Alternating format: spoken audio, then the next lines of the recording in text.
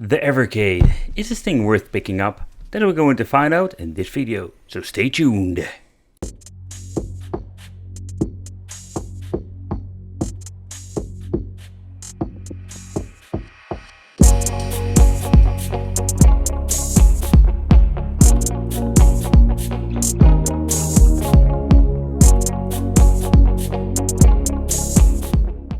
Hey guys, welcome back to the channel. It's awesome that you're tuning in, because in this video we are going to take a close look at the Evercade. I'm a little bit late to the party, and the reason why, because I bought it myself, and especially I waited a very long time, because I didn't feel the need to pick it up from the first day.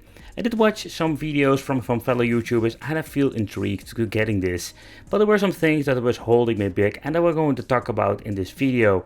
Maybe we have a similar problem, and to begin with, this device comes in different packs. There are a lot of different options, but I think this is a product that is going to niche himself down, because nowadays we're going to get a lot of different devices from China, but this Evercade brings something different to the table. But if this is something for you, that is what we're going to find out today, so stay tuned.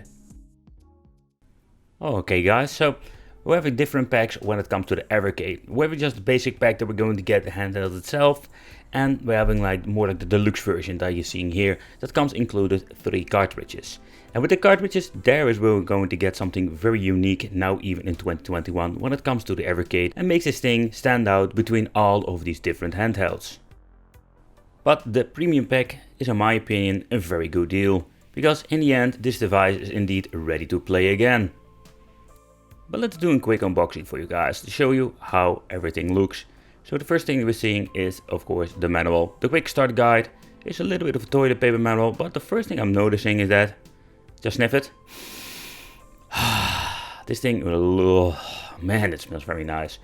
Okay, we're going to take a close look later at the handheld. First, the games. We're going to get 3 multi-game cards.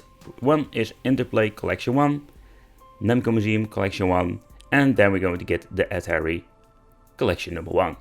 So 3 cartridges with a lot of different games on it, and of course we're going to get the micro USB cable, but there is no charger.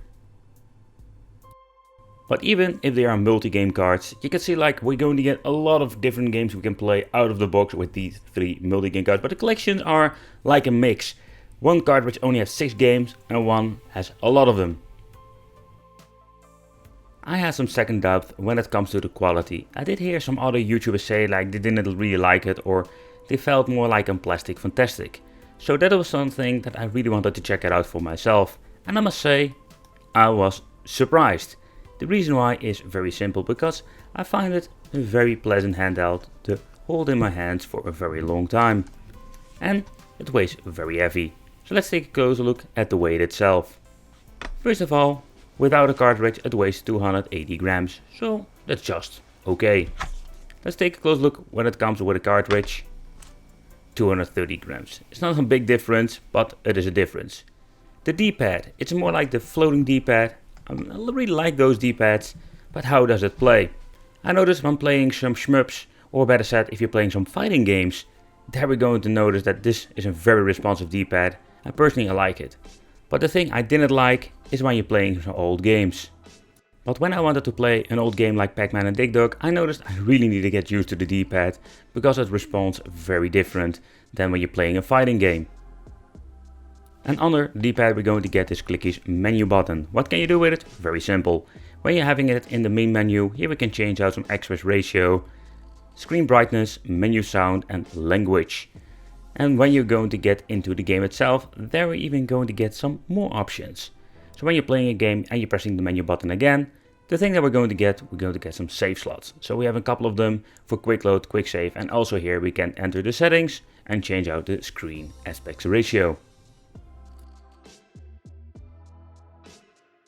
Alright, so here we're going to get the A, B, X and the Y buttons, and they feel like quality buttons, so I was very pleased with it. And playing some games I noticed I didn't have any problems, and of course we're going to get the clickies select and start that we're going to need in the games. Over there we're going to get 2 speakers. I was a little bit disappointed because they are not very loud, but they sound pretty good. Volume control in the left bottom corner. Over here it works just fine. But let's listen to some soundtracks. and just wanted to show you how does it sound.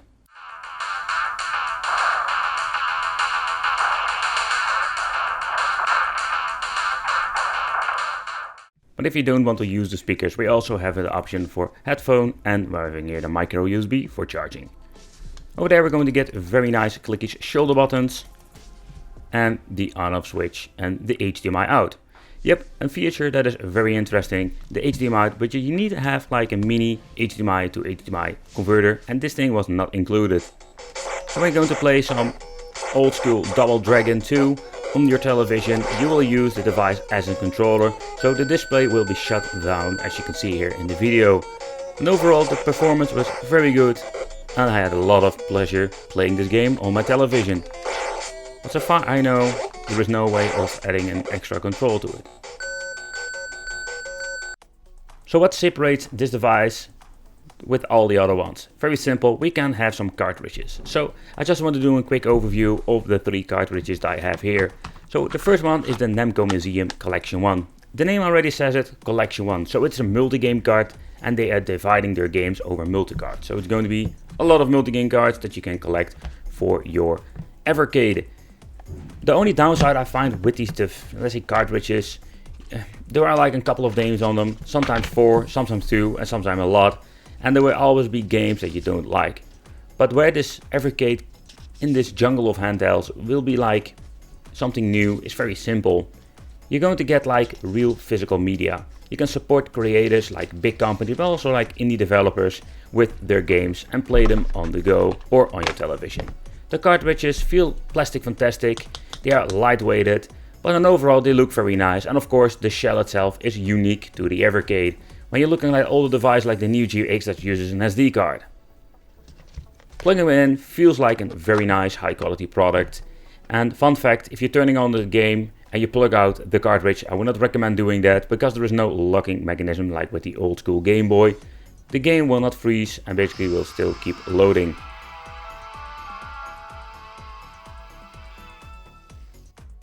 The display they are using in this Evercade, I must say I was not the biggest fan of it. It looks nice and colorful, but it is not an IPS panel so far you can see, because the view angle is not great. The menus, yeah, they're like very nice, very basic. In this case we're going to get the couple of games that were on the Interplay disc, but just want to give you a quick look how it will look in the menu. Well, what are you going to get when it comes to the games and the quality? So in overall, like they are using 8-bit, 16-bit games. But I know that this system is capable of running up to PlayStation 1, and that makes this device have a lot of potential for future game collection.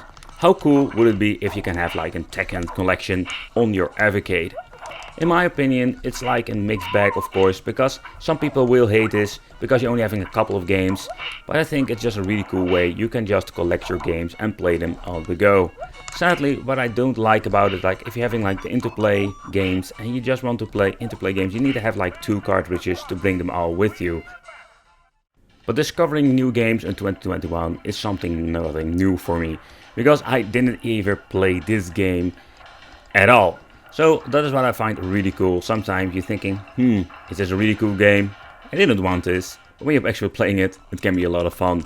Coming back to some familiar titles like Earthworm Jim, the games look fantastic on the display itself. Again, it's not an IPS display, but it looks still very colorful. In combination with the nice controls, and the emulation is very good. It's basically like spot on.